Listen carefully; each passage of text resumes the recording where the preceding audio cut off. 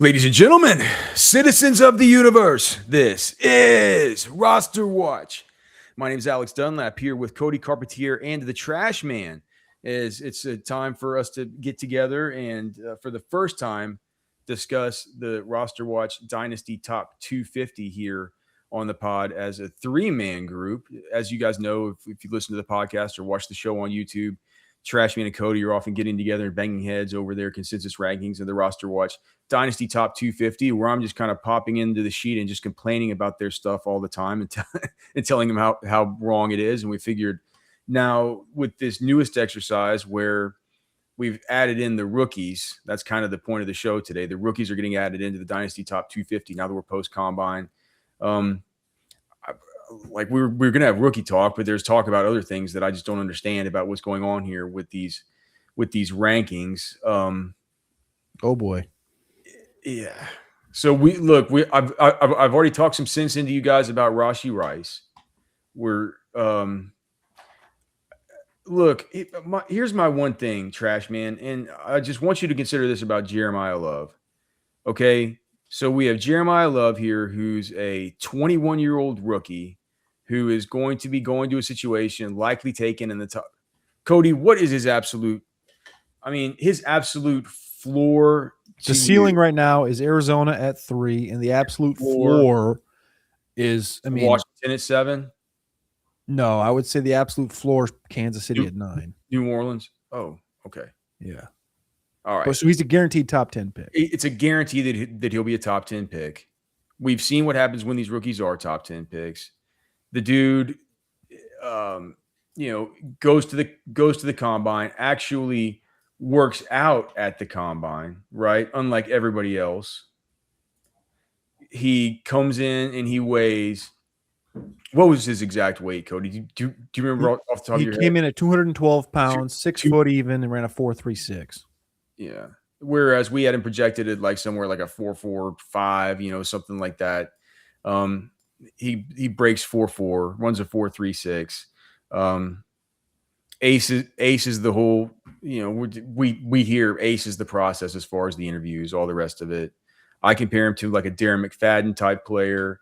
As far as Cody's comp on Tiptoe Burglar. What? Tiptoe Burglar. the Tiptoe Burglar is Brandon Jacobs. Or Darren McFadden is in the family. He is. Well, you think that those guys that have like the big upper bodies and the real skinny little legs, you mean, right? That's kind of Jeremiah Love is definitely in that category. And like, that's one of my, like, he actually looks like McFadden with McFadden calves and stuff like that. And that bothers Byron because that body type, he's mentally scarred from it. But he's by far the most important fantasy rookie in this whole class, right? He's a fantasy rookie in this. Yeah, like the undisputed 1.01 in dynasty rookie drafts. He's going to get the top 10 draft capital. We've seen that when running backs get top 10 draft capital. You don't think Kenyon Sadiq could potentially be that player? Well, look, I love Sadiq, and I think it's cool that you like him that much. And I've definitely come more as I've been thinking more and more about dynasty rookie drafts. I do think that Kenyon Sadiq is a guy who might go earlier and be like a first round guy and a hot first round name. And because here's the thing, man, people are having a hard time deciding who their running back two is even in this class. It's really hard separating between, Jadarian Price and separating between, Mike Washington and there's guys who still like, Nick Singleton, like Cody, and there's and me, right? There's some people that'll still argue for Emmett Johnson, even though he didn't test well. There are people that like Jonah Coleman, and then you have the whole thing with the wide receivers. It's like you get to a certain spot and you're like, well, do you consider Mekhi Lemon in the same tier as Carnell Tate, in the same tier as Jordan Tyson, in the same tier as Denzel Boston, in the same tier as Casey Concepcion? It's in some ways you could say like that makes the rookie class deep, right? But in other ways you can say like, well, if there's no real standout, it's like if there is a standout tight end, I can see that guy getting pushed up in like the mid first round. So I get it, but no, the crown jewel of the class is Jeremiah Love, and he's going to be taken. Trash Man, here's the thing. If he's taken in the top 10 picks of the draft, which he is, he's going to be given so much opportunity by his team that we just have to take him. And the worst case scenario that we get is like the performance of Ashton Genty in Las Vegas in his rookie year. You don't think if he goes to somewhere like Arizona, you think he's undisputed running back one there? Over Trey Benson? Yeah. Yes. Yes. Wouldn't you agree, Cody? Yeah, I mean Trey Benson's coming off a knee injury in week 4 as well. What? So I mean Trey Benson's coming off a knee injury as well. So he won't probably be full go until July camp. So, and James Conner's up there as well. Like I think he's coming off of I think it was ankle, I want to remember, or foot. No, so I mean he goes to Arizona and he's the third overall pick in the draft. Yeah, I think James Conner's going to be let go. Well, I hope he is, but I hope the best for him. But I hope he is. But like if he's drafted 3rd overall, he's getting 200 touches minimum next year. Yep. Yeah, and I like the other and then but what if he goes to Tennessee? Right? They rebuilt that offensive line.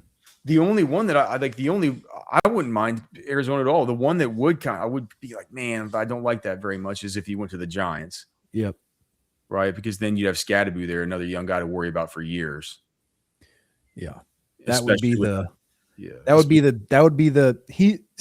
would turn into the Algier to our Bijan, where he would have to fight through it and deal with having that. I mean, it's not like it's a bad thing. Maybe. We don't know if Scadaboo is going to be the same player that he was. That's the whole idea. I think why the Giants are interested in Ken Walker and Jeremiah Love. The good thing about Scadaboo though is that. I said it whenever he got injured. Everybody's felt so bad for him. They're like, what if he's not the same player he was? I'm like, well, he's been an awesome player this whole time, and he hasn't really relied on his speed or quickness or anything like that. He's just he's a good all around football player, man. He's a dog. So I don't think that he's going to be as affected by it as one of these super twitched up, muscle car type of players, right? But anyway, that's the one that I would definitely hate. So because Trash Man, whenever I look at it where you have him, and I know this isn't your final update, so like we're just kind of talking through it, and like we only put in rookies yesterday, so I understand you're still struggling with it, but like if you have him at 33 here, I'm just going to sort this by Trash Man's rankings if you guys don't mind. All right, if you have him at 33, it's just we cannot have. I can understand you having him behind Ashton Genty. That's fine with me. I feel like Byron got a hold of his Ashton Genty ranking, by the way. Yeah, but that's the thing. You have Genty too low. It's like, and you have some of these quarterbacks just too high. Jaden Daniels is too high. Drake May is too high. This is one quarterback.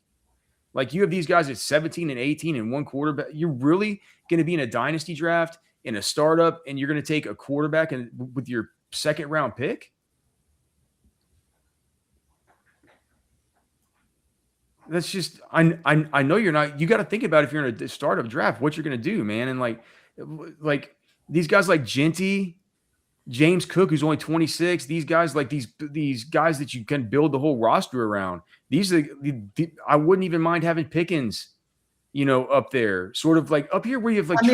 You don't think Drake May or Jaden Daniels could potentially become someone like a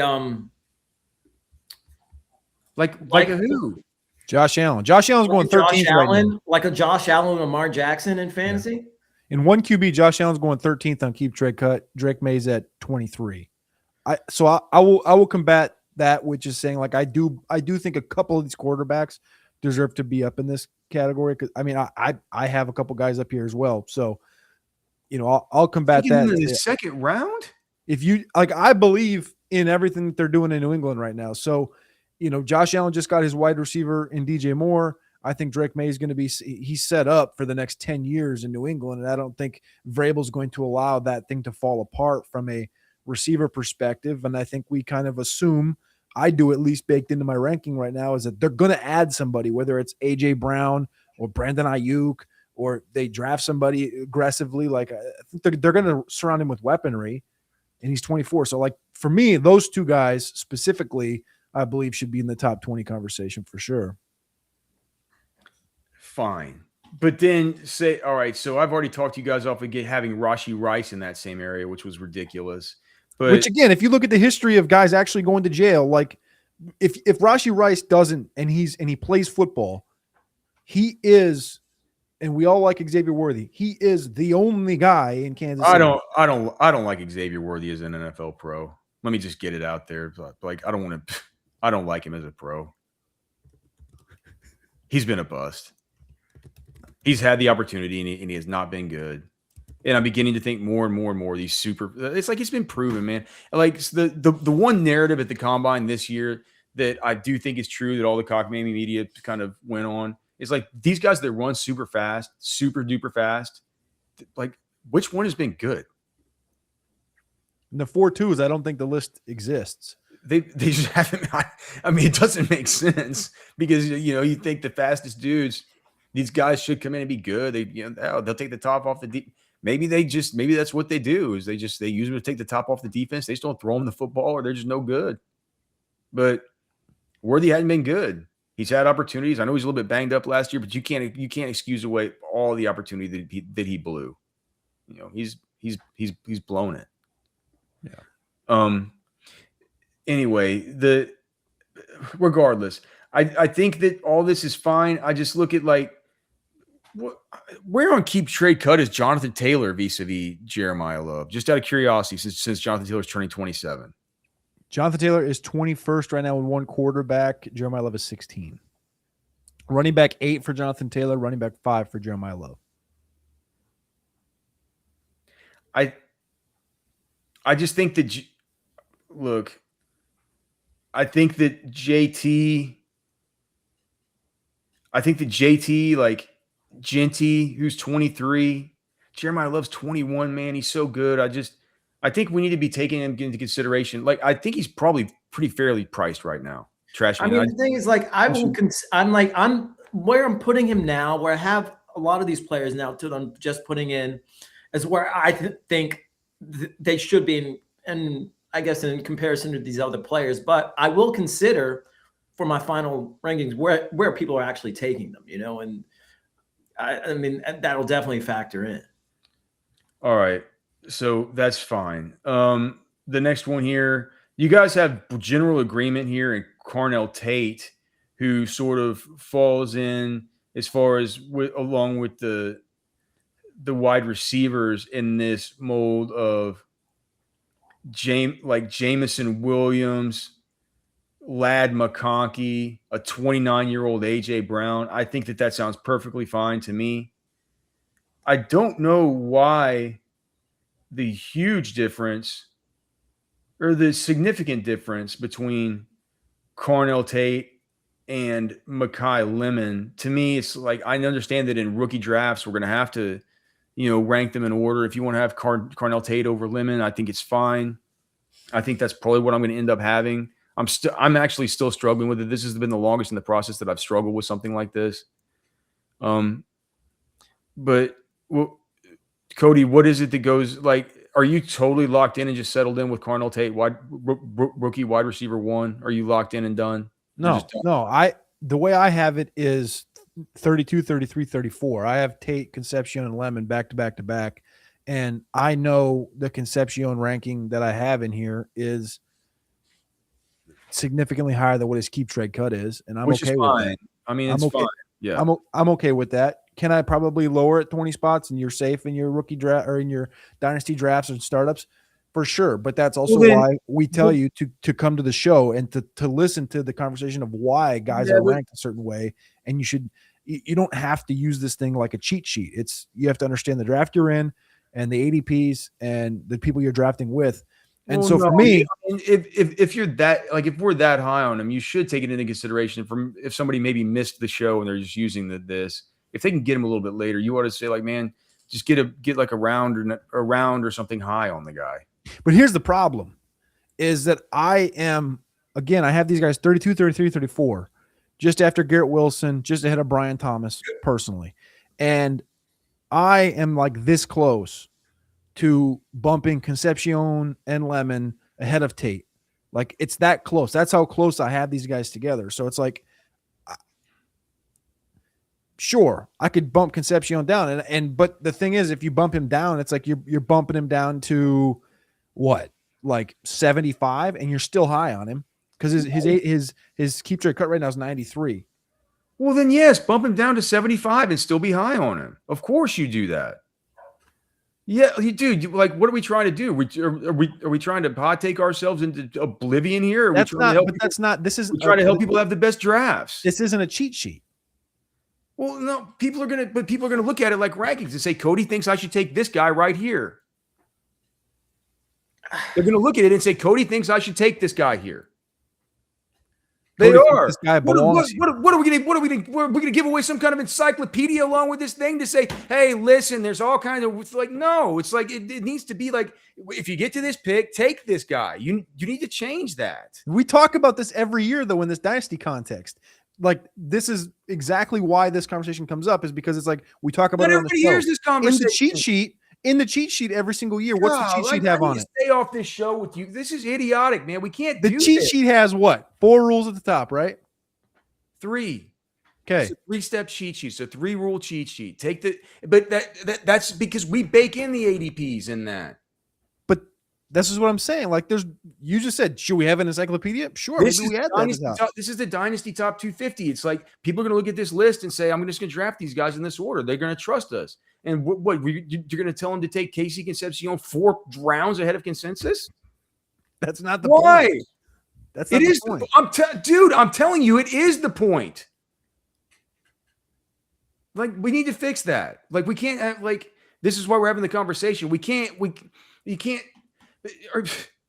because you can have, like, instead of taking Casey Concepcion, you could take, like, I mean, does this need to be a cheat sheet rather than a ranking list? And then you could take Harold Fannin Jr., and then you could take Josh Jacobs, and then you could take Jalen Waddle, and then you could take Casey Concepcion. So what are we doing? Does this need to be a cheat sheet rather than a ranking list? Look, that's up to you guys if you want to make it into a cheat sheet. But it's like people are going to look at this like what is the point of it otherwise? It's ranking. Somebody explain to me the point. We talk about it on the show. It's a ranking of how you perceive the player and how you see the player in Dynasty. I see Casey Concepcion in that spot. So you're in a Dynasty rookie draft, a Dynasty startup draft, and you are taking him there 4 rounds ahead of his ADP. No, because I know the people I'm drafting against, and I know the ADP that I'm drafting against. You're projecting that knowledge onto every user of this tool. So I'm giving RosterWatch users too much credit. I'm giving people too much credit into having common sense when they draft. Yes. All right. I don't even know, man. It's like if we're going to be having if we're having the conversation in this context, I don't even know how we're going to, like, what else do you guys want to talk about on the sheet? I don't know. Like, what else are we going to talk about? How do you feel about David Montgomery? Can I ask you that? I did move David Montgomery today. And I don't think Cody's moved him yet based off of the reason. I haven't. I wanted to talk about it. That was like my biggest question. Yeah, well, I mean, he's going to be the I just wonder if it's going to be a situation where for one, in redraft, I just know in best ball, like, where I'm taking into account what the ADP is. I look at it, and the ADP right now is like early 7th is what I've seen it in the most recent drafts. I think he'll eventually settle in late 4th, something like that. So I'm pricing him in now like late 5th, early 6th. I think that's about right. I think he should be probably in redraft. He could be going ahead of Travion Henderson. Certainly not in Dynasty. I do think that I don't know what the Texans are doing with their offensive line, right? Completely rebuilding it once again. And so you know he's going from a really good offensive line, a really high scoring team, to a team with a rebuilding offensive line, a team that's not necessarily high scoring, a team that's winning with its defense right now. And the one thing that offsets all that though is he's gonna get all the work. They're not gonna. I don't think they're going to expend any extra resources into the running back position, and Woody Marks is just not it, right? So he's going to be the volume guy. They've traded for him. They've given away much more than I figured that they would ever give away for a player like David Montgomery. So I think, where do y'all have him now? This is great for Montgomery. It's great for Jahmyr Gibbs. I'm actually coming around to taking Jahmyr Gibbs ahead of Bijan Robinson in best ball. Just because of the touchdown, I've been thinking more and more about the touchdowns upside. You guys have David Montgomery and Trash Man had him 77th, and I haven't updated yet. The consensus what did you right say, now. Alex? What? You said Trash Man and trailed off. You have him at 77. How do you have Trash Man? Revisit your Michael Penix ranking for God's sake, please. I will. Make a note to will you for real? Make a note about that. Golly.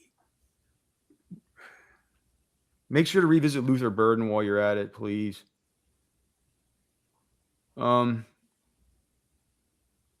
Nothing tilts me like this Dynasty top 250. David Montgomery needs to be up by like.